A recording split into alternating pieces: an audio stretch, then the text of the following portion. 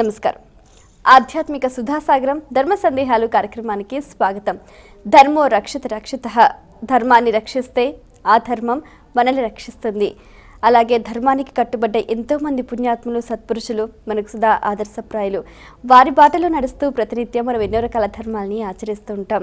చాలా సందర్భాల్లో చేయవచ్చో చేయకూడదో, చేస్తే ఏమవుతుందో, చేయకపోతే ఎలాంటి పరిణామాలు సంభవిస్తాయన్న సందేహాలు చాలా మందిని కలవరపెడుతూ ఉంటాయి. అటువంటి వారి ధర్మ సందేహాలకు శాస్త్రీయ సమాధానాలు అందించడానికి మన ముందున్నారు ప్రణవ పీఠాధిపతి, త్రిభాషా మహాసహస్రావధాని, రచయిత, గ్రంథకర్త, అలాగే ఆధ్యాత్మికవేత్త, మీ అందరికీ సుపరిచితులైన డాక్టర్ వద్దిపర్తి పద్మాకర్ గారు. వారితో మాట్లాడి మరిన్ని విషయాలు వారి మాటలో తెలుసుకుందాం. ఈనాటి కార్యక్రమాన్ని ప్రారంభిద్దాం. నమస్కారం అండి. మొదటి ఉత్తరం చూద్దామండి. శ్రీజ హైదరాబాద్ నుంచి రాస్తున్నారు. గరుడ పురాణం ఏ సందర్భంలో చదవాలి తెలియచేయగలరు అంటూ రాస్తున్నారు. వ్యాసో నారాయణో హరిహి. వ్యాసుడంటే విష్ణు స్వరూపుడు. విష్ణుమూర్తి 22 అవతారాలు ఎత్తినట్టుగా భాగవతం చెబుతోంది.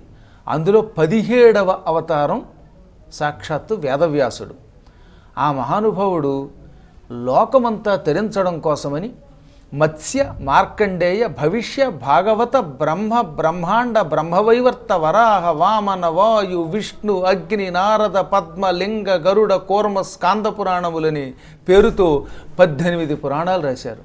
ఈ 18 పురాణాలు ప్రతి నిత్యము ఈరోజు ఆ రోజునే తేడా లేకుండా మనం ఇంట్లో పెట్టి పూజించి చదువుకోవడానికి రాశాడు ఆయన. మాసానాం నియమో నాత్ర దినానాం నియమోపినా సదాసేవ్యం సదాసేవ్యం.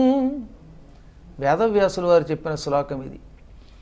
ఈ నెలలోనే చదవాలి లేక ఈరోజే చదవాలి అనే నియమము పురాణములకు లేదు. మాసానాం నియమో న అత్ర అంటే ఇక్కడ ఈ మాసమే చదవాలనే నియమం లేదు. దినానాం నియమోపిన అంటే ఈరోజే చదవాలి అనేటటువంటి దిన నియమం కూడా లేదు. సదాసేవ్యం ఎల్లప్పుడూ చదవవచ్చును, ఎల్లప్పుడూ పూజింపవచ్చును, ఎల్లప్పుడూ వాటిని వినవచ్చును. అవి పురాణాలంటే. ఆ పురాణాలలో మహాద్భుతమైన 55,000 శ్లోకాల ఉద్గ్రంథం గరుడ పురాణం. అంటే గరుడ సంబంధమైంది కనుక గారుడం అని కూడా అనొచ్చు అన్నమాట. గారుడం అంటే గరుడ సంబంధం అని అర్థం. సాక్షాత్తు భగవంతుడు శ్రీమన్నారాయణుడు తన వాహనమైన గరుత్మంతునికి చెప్పినటువంటి పురాణం ఇది. ఈ పురాణంలో ఒక్క 1800 శ్లోకాలతో ఉన్నది కేవలం ప్రేతకల్పం. ఆ ప్రేతకల్పాన్ని ఎవరైనా చచ్చిపోయినప్పుడు ఇంట్లో పారాయణ చేయటం, వినడం అనేది ఒక సంప్రదాయం అవుతోంది. ఇంత చేసి చిన్న ముక్క అనుకుంటున్నారు చాలామంది. నరకలోకము మొదలైనటువంటి వాటికి సంబంధించిన ఆ చిన్న 16 అధ్యాయాల కల్పం ఉందే, అది ప్రేతకల్పం అనేది ఒక చిన్న భాగం గరుడ పురాణంలో. స్వర్గకల్పం ఉంటుంది, వైకుంఠ కల్పం ఉంటుంది, ఇంకా అనేకమైన విశేషాలు అందులో ఉన్నాయి. ఇవన్నీ ఎప్పుడూ వింటే మనం లాభం పొందుతాం, తరిస్తాం, పాపాలు చేయకుండా ఉంటాం. అంతేగాని ఎవడో చచ్చిపోయినప్పుడు మాత్రమే ఇంట్లో పెట్టి చదవాలి, లేకపోతే తక్కినప్పుడు చదవకూడదు, తక్కిన వేళల్లో అసలు ఇంట్లో పెట్టి పూజించకూడదు, ఇలాంటి భ్రమలను అజ్ఞానులు కల్పించారు, విజ్ఞానులు కల్పించలేదని వ్యాసుడు అన్నాడు. నేనలేదు మళ్ళీ ఆ మాట. ఈ అజ్ఞాన విజ్ఞాన శబ్దం వాడింది సాక్షాత్తు వ్యాసుడు. అజ్ఞానులు ఎప్పుడూ గరుడ పురాణాన్ని తిరస్కరిస్తారు, ఇంట్లో పెట్టుకోరు. జ్ఞానులు ఎప్పుడూ ఎల్లప్పుడూ ఇళ్లల్లో పెట్టి పూజిస్తారని చెప్పాడు. కాబట్టి నిశ్చింతగా ఈ పురాణాలని ఎల్లవేళలా ఇంట్లో పెట్టుకుని వినండి. గరుడ పురాణం ఇంట్లో పెట్టి కనీసం పూజించినా వినకపోయినా, పూజించినా చాలట. వినడం అందరి వల్ల కాకపోవచ్చు. అందుకని పుస్తకం పూజిస్తే కూడా అటువంటి వాడి ఇంట్లో నవగ్రహ దోషాలు తొలగిపోతాయి. వాడికి మరణకాలంలో దుర్మరణము రాదు, నరకలోకాలు రావు, స్వర్గం వంటి దివ్యలోకాలు వస్తాయి. అంత పవిత్రమైన గరుడ పురాణం ఎల్లవేళలా ఎంట పెట్టుకుని పూజించండి, చదవండి, వీలుంటే వినండి, తరించండి. మరో ఉత్తరం చూద్దామండి. శేఖర్ హైదరాబాద్ నుంచి రాస్తున్నారు. దోష పరిహారం కోసం ఉపాసనలు ఎన్నిసార్లు చేయాలి తెలియచేయగలరు అంటూ రాస్తున్నారు. ఈ దోషం ఆ దోషం అనేది తెలిస్తే దాన్ని బట్టి పరిహారం ఉంటుంది. ఉదాహరణకి తెలుసో తెలియకో తల్లిని తన్నాడు అనుకుందాం. అలాంటి వాడు సంవత్సర పాటు కృచ్ఛ్ర చాంద్రాయణ వ్రతం అని చేయాలి. సంవత్సరం పాటు చేయాలి. చాంద్రాయణ వ్రతం అనేది చాలా పెద్ద ప్రక్రియ. అది అనగా ఏంటంటే పాడ్యమి నాడు ఒక్క ముద్ద, విధి నాడు 2 ముద్దలు, అలా పూర్ణిమ నాటికి 15 అన్నం ముద్దలు, ఇంకా ఆ రోజు అంతకంటే తినకూడదు.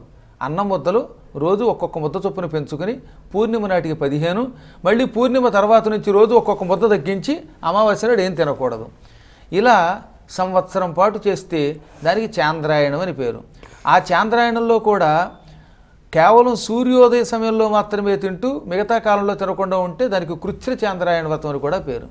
ఇలా ఏడాది చేస్తే కానీ తల్లిని తనినా కొట్టినా ఆ పాపానికి ప్రాయశ్చిత్తం అవ్వదు. ఇలా ఒక్కొక్క పాపమునకు ప్రాయశ్చిత్తం, వ్రత విధానం, పరిహారాలు ఉంటాయి.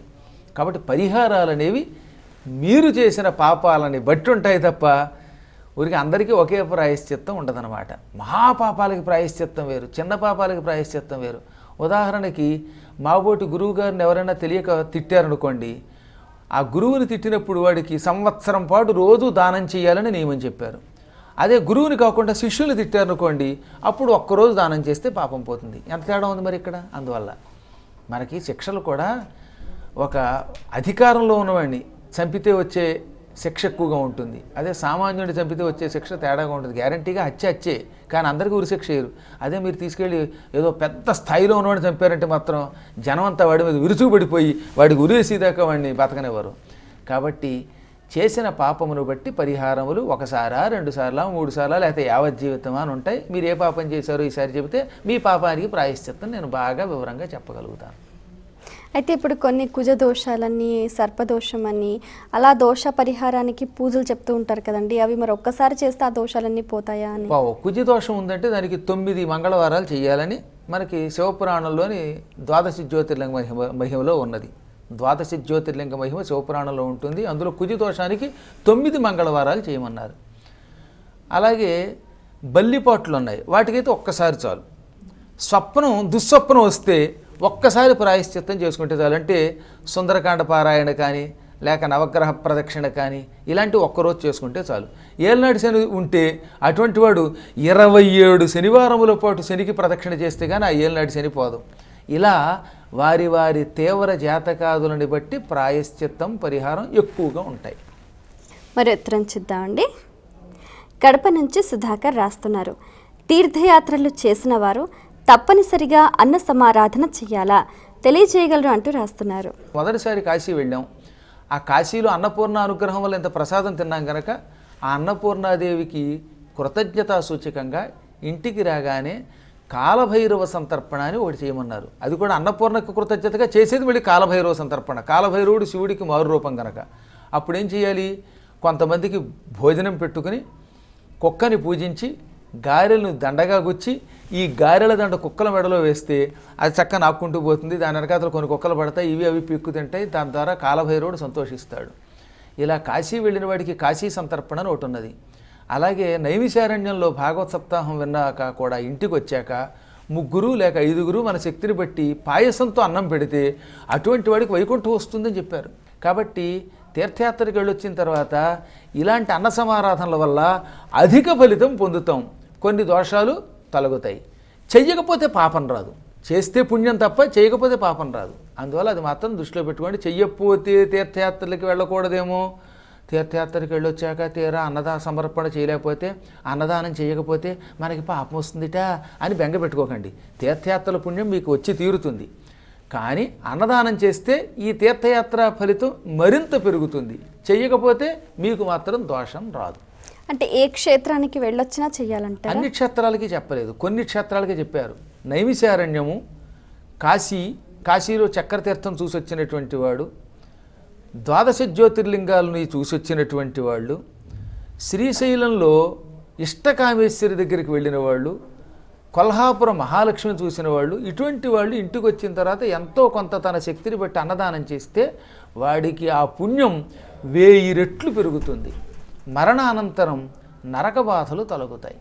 మరి ఉత్తరం చూద్దామండి. పద్మిని హైదరాబాద్ నుంచి రాస్తున్నారు, తెలిసి కానీ తెలియక కానీ పుణ్యక్షేత్రాల్లో తప్పులు జరిగితే పరిహారం ఏమిటి, తెలియజేయగలరు అంటూ రాస్తున్నారు. అసలు పుణ్యక్షేత్రాలకు వెళ్ళేదే మనం పాప పరిహారం కోసం. అన్యక్షేత్రే కృతం పాపం పుణ్యక్షేత్రే వినశ్యతి. ఇతర క్షేత్రాల్లో హైదరాబాదులోనో ఏలూరులోనో విజయవాడలోనో చేసిన పాపాలు ఉన్నాయి కదా, ఇవి పుణ్యక్షేత్రాలకు వెళితే తొలగిపోతాయి. కానీ పుణ్యక్షేత్రే కృతం పాపం వారాణస్యాం వినశ్యతి. పుణ్యక్షేత్రాల్లో పాపం చేస్తే మాత్రం వారణాసికి వెడితేనే వారణాసిలో ఆ పాపం పోతుంది. అందుకే పాపాలు తీర్థయాత్రలో చేసిన వాళ్ళు కాశీకి వెడితే పోతాయి. మళ్ళీ కాశీలో పాపం చేస్తే వారాణస్యాం కృతం పాపం వారాణస్యాం వినశ్యతి. వారణాసిలో చేసిన పాపం మళ్ళీ వారణాసికి వెడితేనే పోతుంది. దీనికి మరొక అద్భుతమైన కొంచెం మార్పుతో కూడింది. కుంభకోణే కృతం పాపం కుంభకోణే వినశ్యతి అని ఒక పాఠాంతరం కూడా ఉన్నది. కానీ ఆ శ్లోకం మాట ఎలా ఉన్నా ఈ వారాణస్యాం కృతం పాపం వారాణస్యాం వినశ్యతి అనేది మాత్రం సుస్పష్టంగా వేదవ్యాసుల వారు స్కాంద పురాణంలో ఇచ్చారు. ఇంకొక రహస్యం చెప్పాలి ఇక్కడ.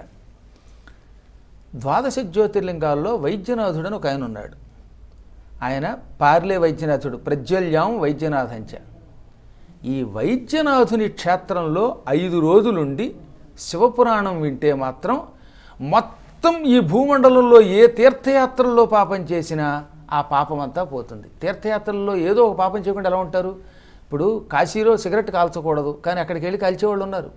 అలాంటి వాళ్ళకి ప్రాయశ్చిత్తంగా వైద్యనాథ క్షేత్రంలో అన్ని తీర్థయాత్రల్లో చేసిన పాప పరిహారం కోసం అక్కడ యజ్ఞం చేస్తాం అన్నమాట. ఇక అక్కడ కూడా మళ్ళీ పాపం చేస్తే అప్పుడు ఎప్పుడో ఒకప్పుడు మిమ్మల్ని వారణాసి తీసుకెడతాను, వారణాసిలో మీకు సకల పాప పరిహారం కోసం కాశీఖండం చెబుతాను. అక్కడ మళ్ళీ మళ్ళీ పాపాలు చేస్తారా? అప్పుడు దానికి ఏదో ప్రాయశ్చిత్తం భవిష్యత్తులో చూద్దాం. ప్రస్తుతానికి ఈ ప్రాయశ్చిత్తంతో సరిపెట్టుకోండి. మరి ఉత్తరం చూద్దామండి. శివకుమార్ వరంగల్ నుంచి రాస్తున్నారు. గురునింద చేయటం వల్ల ఫలితాలు ఏమిటి తెలియచేయగలరు అంటూ రాస్తున్నారు. గురుం హుంకృత్య తుంకృత్య ఉల్లంఘ్యాజ్ఞాం గురోరపి అరణ్యే నిర్జలే దేశే బ్రహ్మరక్షో భవిష్యతి. ఏకాక్షర ప్రదాతారం యో గురుం నాభిమన్యతే సస్యయో నిశతం గత్వా చండాలత్వమవాప్నుయాత్. ఈ 2 శ్లోకాలు గరుడ పురాణంలో 3వ అధ్యాయంలో ఉంటాయి. ఇవే శ్లోకాలు యథాతథంగా పరాశర సంహితలో ఉంటాయి. ఈ శ్లోకాలకు అర్థం ఏమిటో తెలుసా? నీకు జీవితంలో ఒక్క అక్షరం మంత్రం ఇచ్చినా ఆ మంత్రం ఇచ్చిన గురువు గురువే. ఏకాక్షర ప్రదాతారం అంటే ఒక్క అక్షరం ఇచ్చినప్పటికీ అటువంటి గురువుని ఎవడు గౌరవించడో అటువంటి వాడు 100 జన్మలు కుక్కై పుడతాడు. ఇలా 100 జన్మలు కుక్క తర్వాత కుక్క, మళ్ళీ కుక్కై, మళ్ళీ కుక్కై పుట్టి చచ్చి ఆ తర్వాత పరమ నీచమైన వికలాంగ జన్మ చండాలపు జన్మలు ఎత్తుతాడు. అప్పటికీ పాపం ప్రాయశ్చిత్తం అవదు. ఆ తర్వాత ఎప్పటికో ప్రాయశ్చిత్తం అవుతుంది. ఏకాక్షరం అంటే ఓంకారం అని అర్థం. నీ చేత ఓం అని పలికించినప్పటికీ గురువే. అటువంటి గురువుని గౌరవించాలి. ఆ గురువుని నిందించేవాడు, పక్కకెళ్ళి గురువుగారి మీద లేనిపోనివి చెప్పేవాళ్ళు, గురువుగారిలో లోపాలు వెతికేవాళ్ళు, గురువుగారికి తెలియదు ఆయనలో ఏ లోపం ఉందో లేకపోతే ఏమి లేదో, అటువంటి గురువుల దగ్గర చేరి వాళ్ళకి పంగనామం పెట్టే వాళ్ళకి ఎంత భయంకర శిక్ష వ్యాసుల వారు అన్ని పురాణాల్లోనూ చెప్పారు. అన్నిటికీ మించి గురువుగారిని హుంకరించిన అంటే గురువుగారి మీద కళ్ళెర చేసి, గురువుగారు ఇప్పుడు ఏదో హాస్పిటల్కి తీసుకెళ్ళమన్నారు వాళ్ళ అమ్మాయిని అనుకుందాం, నేను తీసుకెళ్ళను అన్నాడు వీడు, వెంటనే వీడు ఏమైపోతాడో చెప్పారు.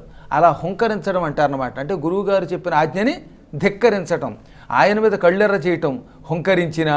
తుంకృత్య అంటే తక్కువ చేసిన, గురువుగారికి ఏమొచ్చు నాకే అన్నీ వచ్చు అనుకునే మూర్ఖులు ఉన్నారే అటువంటి వాళ్ళు ఇంకేమవుతారట?